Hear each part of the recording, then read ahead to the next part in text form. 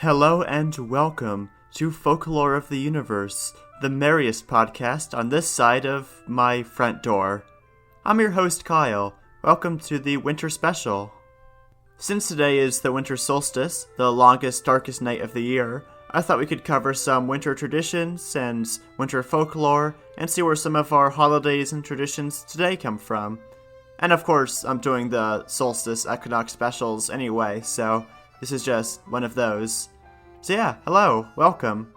And like with the previous ones, this year I'm going to be looking at more European ones, and then other years we're going to look at other cultures and where their winter traditions come from and what they are.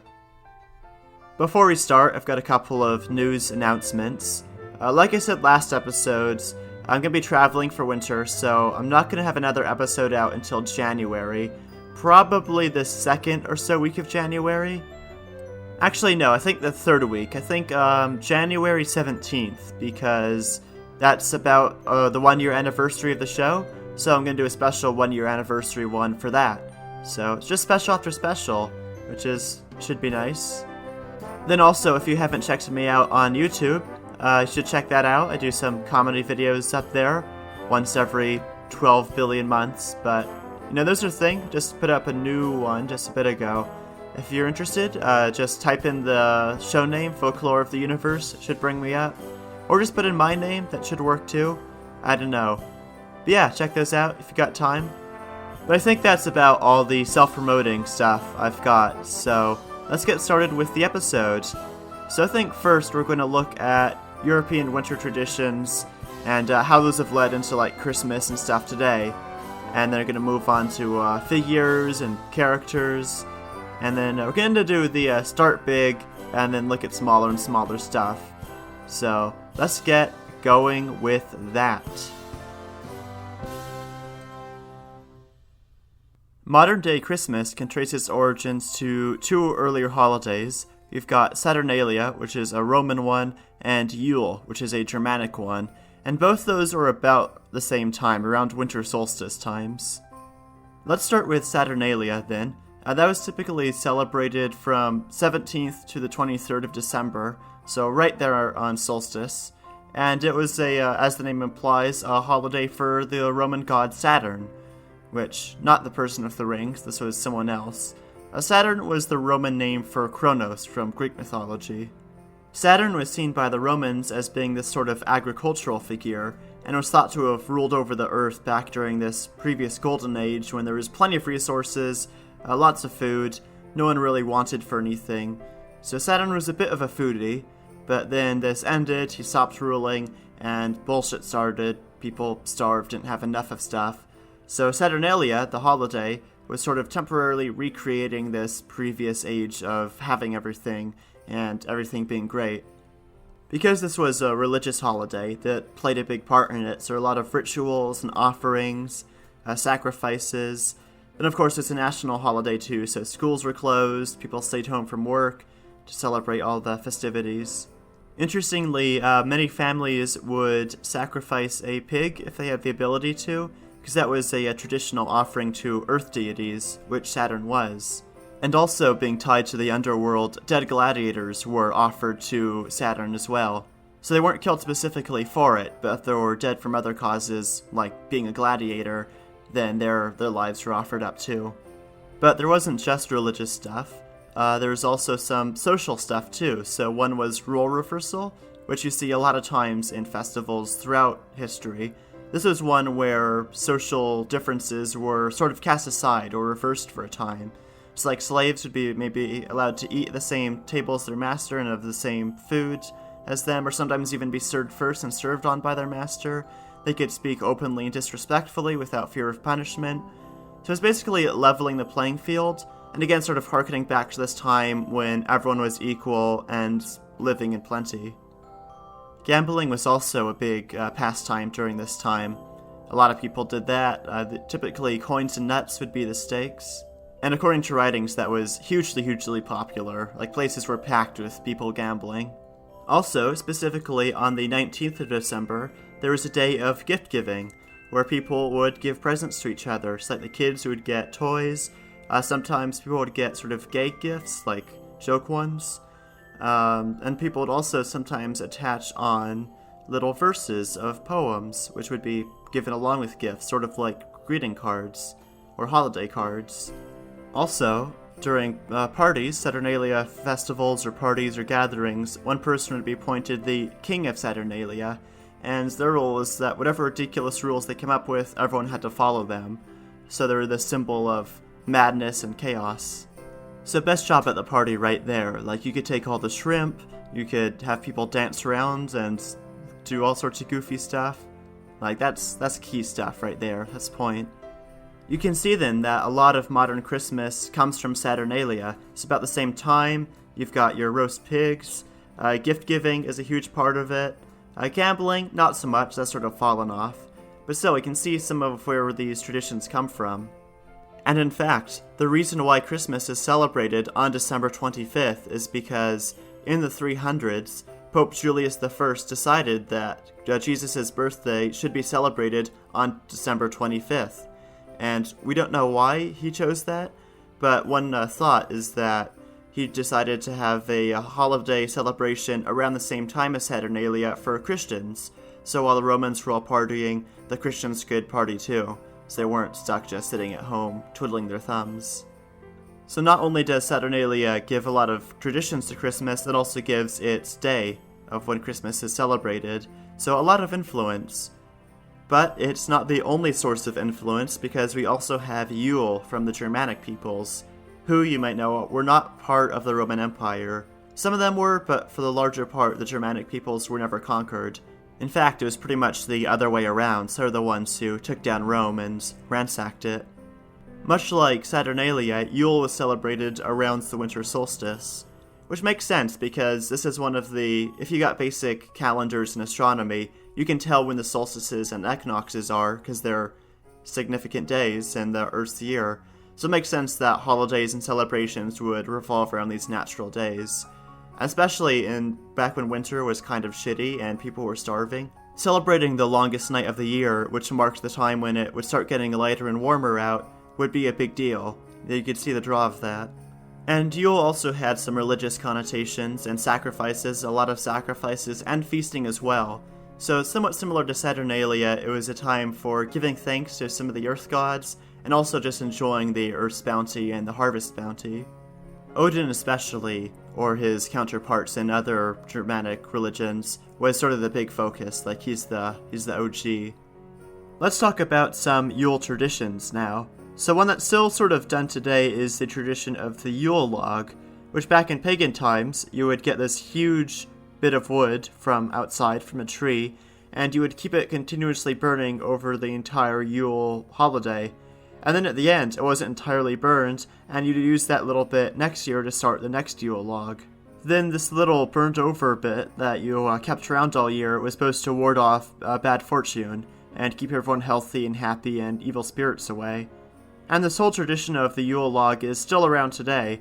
It survived from paganism into Christianity, and some places still do that.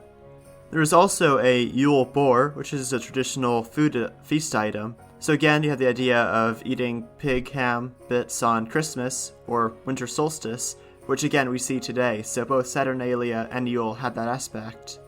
There was also a Yule goat, who may have been connected to Thor, or Thor-like deities in Germanic paganism, because Thor's chariot was drawn by two goats. The Yule goat was also thought to be a thing of good fortune, and how it was celebrated was different from place to place and time to time. Sometimes people would dress up as the Yule goat. Sometimes they'd make little goat figurines out of hay or corn meaning grain, of course. But little goat figurines to keep inside their houses to keep things happy, ward off the evil, keep good stuff going. And again today, a little goat is a common Christmas ornament in Scandinavian and Germanic countries, so it's still around. The final Yule tradition, which is a really cool one, is wassailing, and that refers to two things. There's an activity, wassailing, and then a drink called wassail, which is like a hot mulled cider that houses would make and have a big bowl of. And wassailing, the action was to go door to door and sing in exchange for some drink from the wassail. And yeah, there was two versions. There's the town one, where you do it from door to door in houses, then a country one, where you do it from different orchards. But same idea, and it's what became modern Christmas caroling, where you go house to house and sing in exchange for maybe a cookie or something now. So you can see that a lot of traditions we have now comes from Yule and also from Saturnalia, so different aspects of these have grown into modern Christmas celebrations. And this holds true for many Christmas figures too. For example, Santa Claus. You may be surprised to know that Santa Claus was not invented by the Coca-Cola company. He's actually an old pagan figure who gradually morphed into what he is today. So now we're going to look at his origins, where he comes from, and then other Christmas figures that sort of surround him. Now obviously one source of Santa is Saint Nicholas, who was a saint back in Roman times in Anatolia, and he was the patron saint of, get ready, this is a long one, of sailors, merchants, archers, repentant thieves, prostitutes, children, brewers, pawnbrokers, and students. So a pretty big list of responsibilities there. His reputation, he was also known for secret gift giving, which maybe you see a little connection there, giving gifts? Yeah? Maybe? No? But this wasn't all of it, because St. Nicholas, he's not that similar to Santa besides the gift giving. So what happened was that he merged with various pagan figures to become what we have today.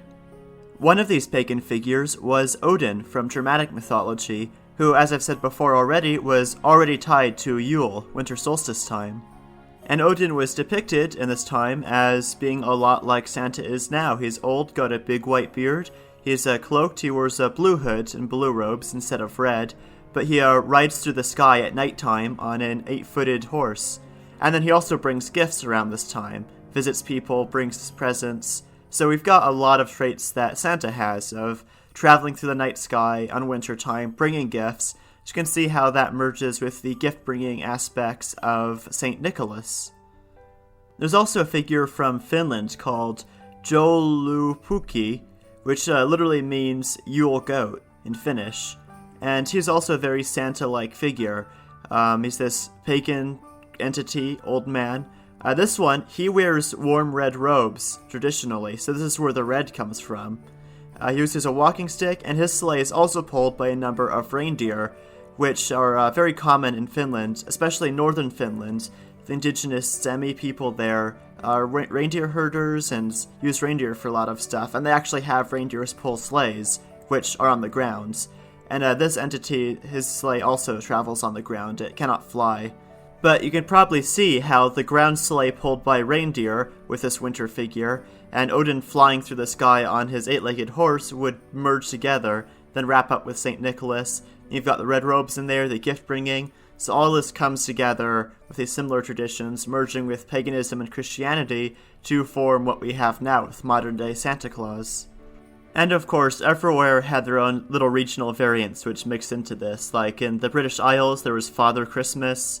In Russia, there was Dead Moroz, which we talked about earlier. So all these typical ideas of old men coming in wintertime to bring gifts or do good things all merged together to form Santa. So it seems like it was originally, even in pagan times, a sort of widespread idea across Europe. And in some places, like the Alps, Santa didn't actually travel alone. He sometimes had a companion with him who was Krampus, who you may have heard of before. There's a movie a bit ago about him. Krampus appears as this humanoid goat demon, and his job is to punish the naughty children. So instead of Santa rewarding the good children and punishing the bad, Santa just rewards the good ones, Krampus just punishes the bad ones, so each have their own respective jobs. Krampus does not bring coal though, that's not really his speed, he's very environmentally conscious. He just will either beat children with like birch rods, like birch tree sticks, or if they're really bad, he'll put them in a sack and carry them away to his lair, where they'll be tortured or killed or taken to hell or whatever else he does with them. So a bit more hardcore. Like, if you're a kid back in pagan times, or even more recently, because Krampus has persisted all this time, you want to be good, because that's a lot worse than coal. Like, you can use coal, you can't use being dragged away to Krampus's lair. There's no going back from that. And like I just said, Krampus is still around today. Common traditions, people will dress up as him around Christmas time and make mischief, perhaps. And there's still the movie about him, so a very cool figure who I quite like. I'm glad he's getting into the popular conscious worldwide now. Then also, Santa's other more famous companions are his elves, which supposedly live up north with him and make all the toys and whatnot. These are much more recent. These sort of emerged in the 1800s, but they stem from this idea that Santa himself was this not quite human figure, that he was almost an elf or supernatural entity himself. So you do have this idea that surrounded with Christmas time are elvish and magical figures. So I guess you could say that Santa isn't an elf. Santa is the elf. The head big elf, Big E, that's him.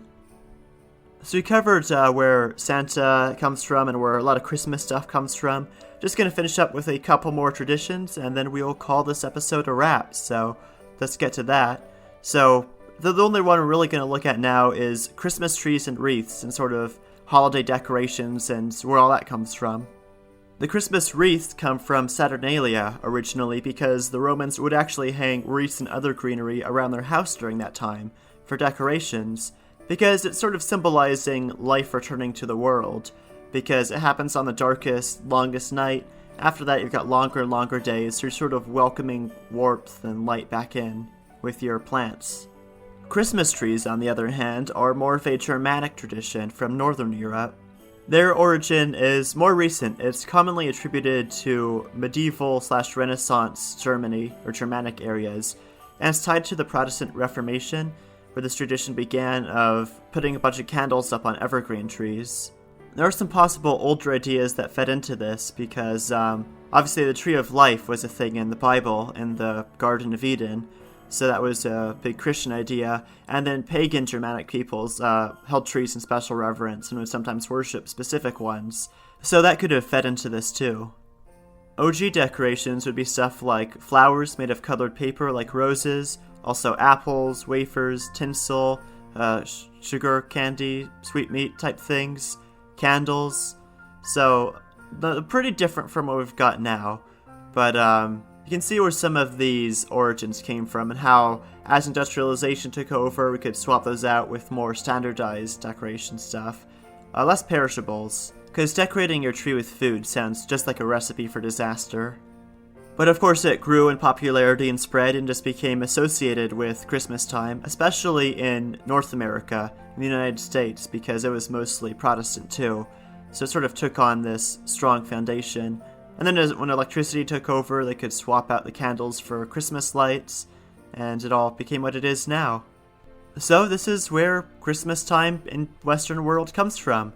This comes from the old traditions like Saturnalia and Yule, so you get stuff like the caroling and the gift giving, and then you have these old pagan figures who would fly around and give gifts. Those merged with Christianity with St. Nicholas, and then other traditions started cropping up like Christmas trees and all wrapped into what we have today, which is super commercialized, but there's still the old traditional roots underneath it all. Those are still going. So thank you for listening to this winter special. I hope you enjoy this. I hope you learned some more about where our winter holidays come from over here for Christmas and the like. If you're interested in a sort of folklore-y Christmas time movie, you should check out Rare Exports. It's a Finnish movie. I think it's on Hulu, and it's based off Finnish folklore, like I was talking about a bit here, but it's very cool. It's a creepy one, so if you like sort of horror, Christmassy movies, check that out, because that is really good. It's a top tip, top recommends from me to you. That's my Christmas present, is this movie recommendation, and also this episode. And of course, if you don't celebrate Christmas or don't really give a shit about it, don't worry, because I will be talking about different winter traditions next year, so we'll move around and cover hopefully everything at some point. But that is all I have, so I will see you in January. I hope you all have happy holidays, whatever you celebrate or do, and I will see you when I see you. So, I've been Kyle, this has been the show, tell all your friends about it, and goodbye.